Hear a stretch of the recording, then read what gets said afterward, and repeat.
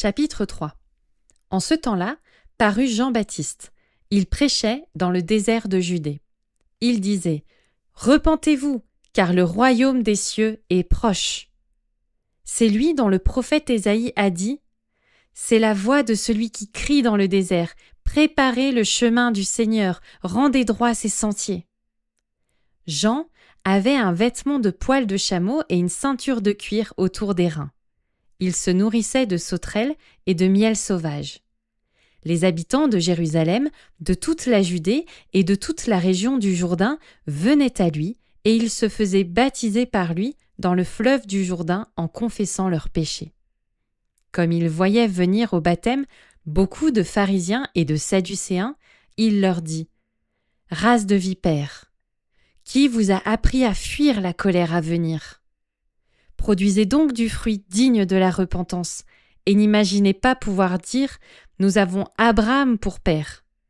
Car je vous déclare que de ces pierres-ci, Dieu peut susciter des enfants à Abraham. Déjà la cognée est mise à la racine des arbres. Tout arbre donc, qui ne produit pas de bons fruits, est coupé et jeté au feu. Moi, je vous baptise dans l'eau en vue de la repentance. Mais celui qui vient après moi est plus puissant que moi, et je ne mérite pas de porter ses sandales. Lui vous baptisera d'Esprit Saint et de feu. Il a son vent à la main, il nettoiera son aire, il amassera son blé dans le grenier, mais il brûlera la paille dans un feu qui ne s'éteint pas. Alors Jésus vint de la Galilée au Jourdain vers Jean pour être baptisé par lui. Mais Jean s'y opposait en disant « C'est moi qui ai besoin d'être baptisé par toi, et c'est toi qui viens à moi ?» Jésus lui répondit « Laisse faire maintenant, car il est convenable que nous accomplissions ainsi toute justice. » Alors Jean le laissa faire.